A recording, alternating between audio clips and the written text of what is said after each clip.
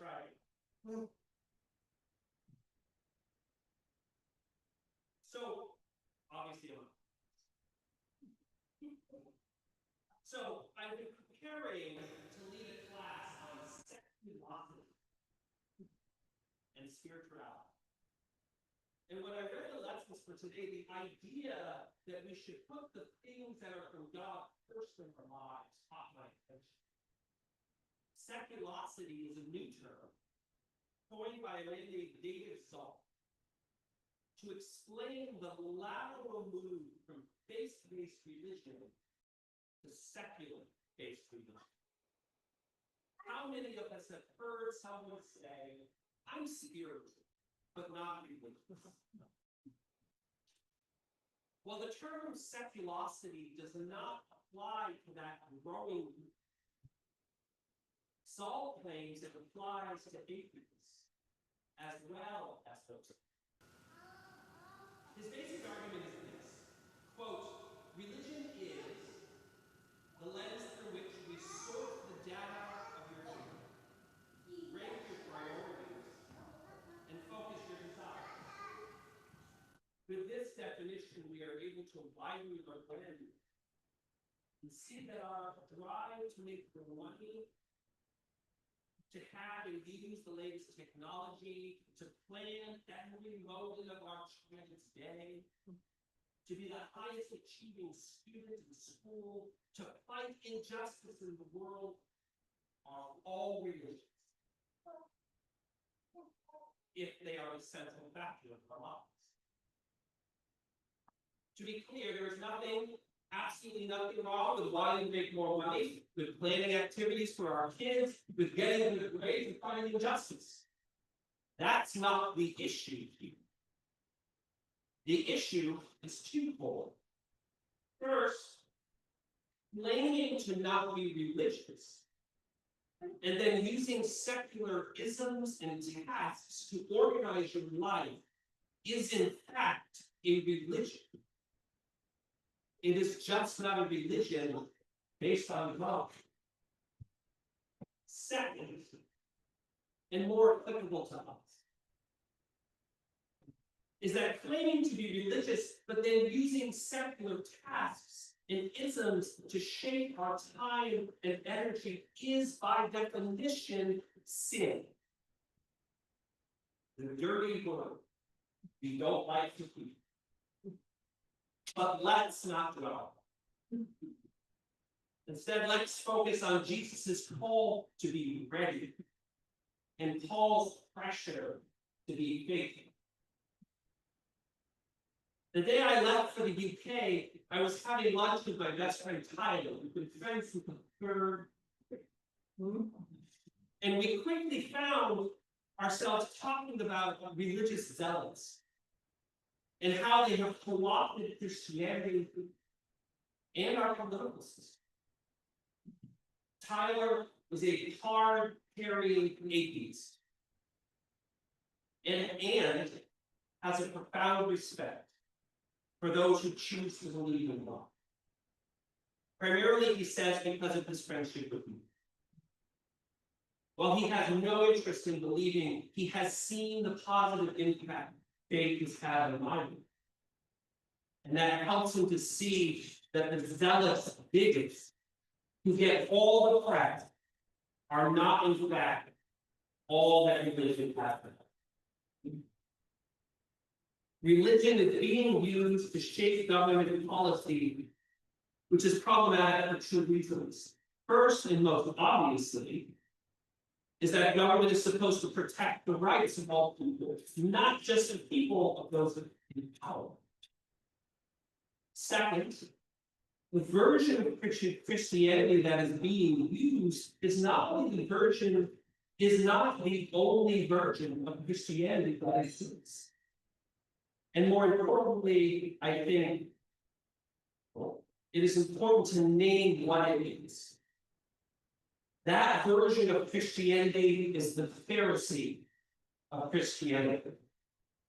It is the version that has set strict and unbending rules even when bending or breaking those rules may in fact be the morally and ethically right thing to do. The thing that demonstrates the love of God as taught to us by Jesus. When Jesus tells his disciples, "Blessed are those slaves whom the master finds and learn from him who comes. Truly, I tell you, he will fasten his belt and have them sit down to eat, and he will come and serve them." I wish the translator would say, he will fasten his own belt, because that's what he means. But anyway, Jesus is not telling us to be good little slaves and obey our master. He is indicating that in God's kingdom, things will be different by using language that his disciples will and can identify. The master will trade places with his servants and take care of them. Not because the Constitution says that all people are equal before the law. Not because the Universal Declaration of Human Rights says that all humans have a God-given right to life. But because in God's kingdom, love rules the day. The whole point of the gospel is for us to learn that God's kingdom is countercultural.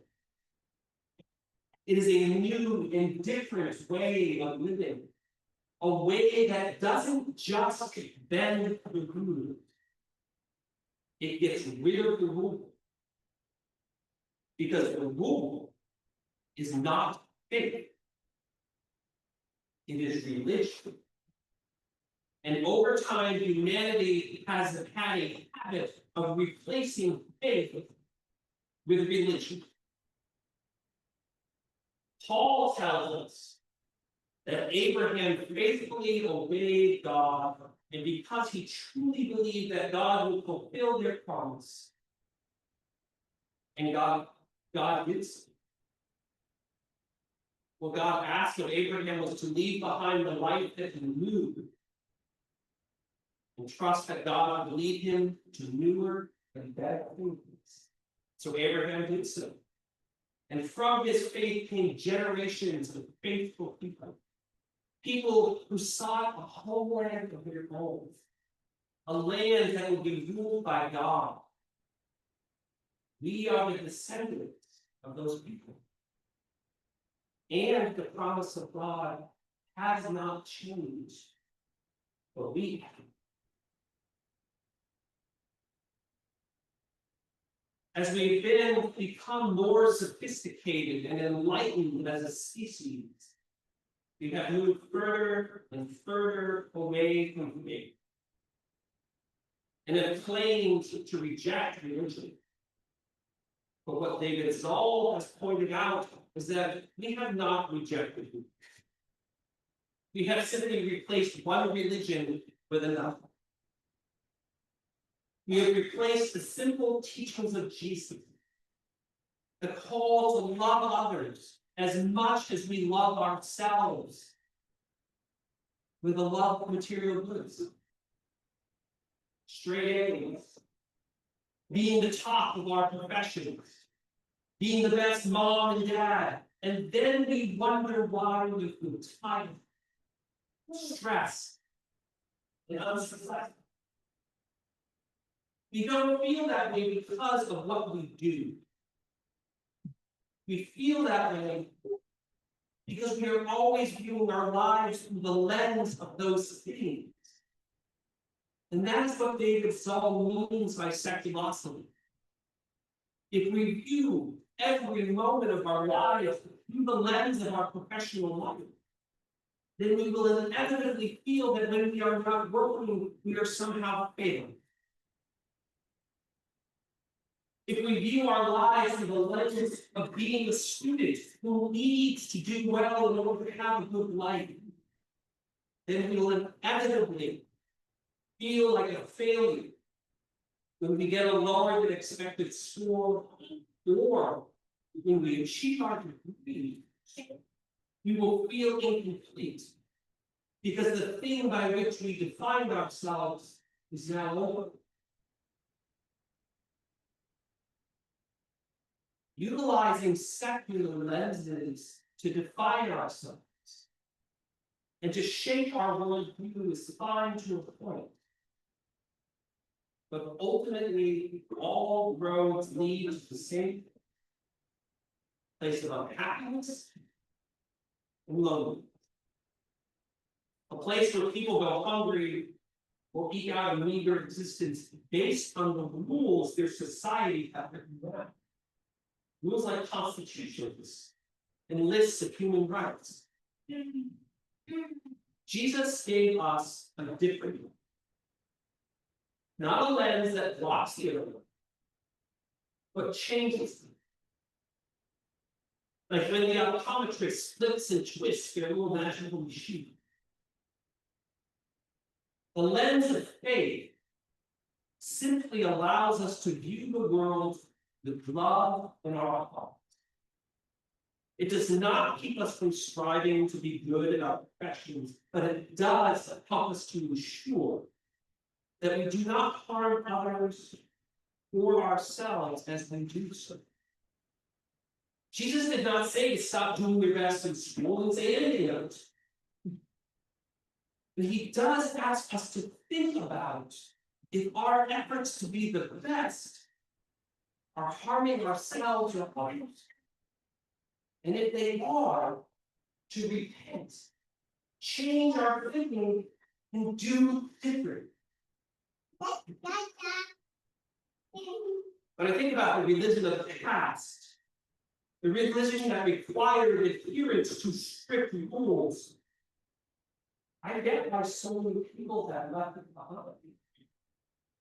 And I get why so many people are fearful, or more accurately, angry about the religious zealots who are forcing their views on someone. I also get why so many people have latched on to zealously. Because it's easy. It is easy to boil human existence down to a list of rules that help you easily decide who is right, who is wrong. But that's not what we're called to do. We are called to be people of faith, people who love God, who love ourselves, and who love our neighbors above all other things. People who consciously choose to be countercultural out of the love of all people ahead of our secular belief.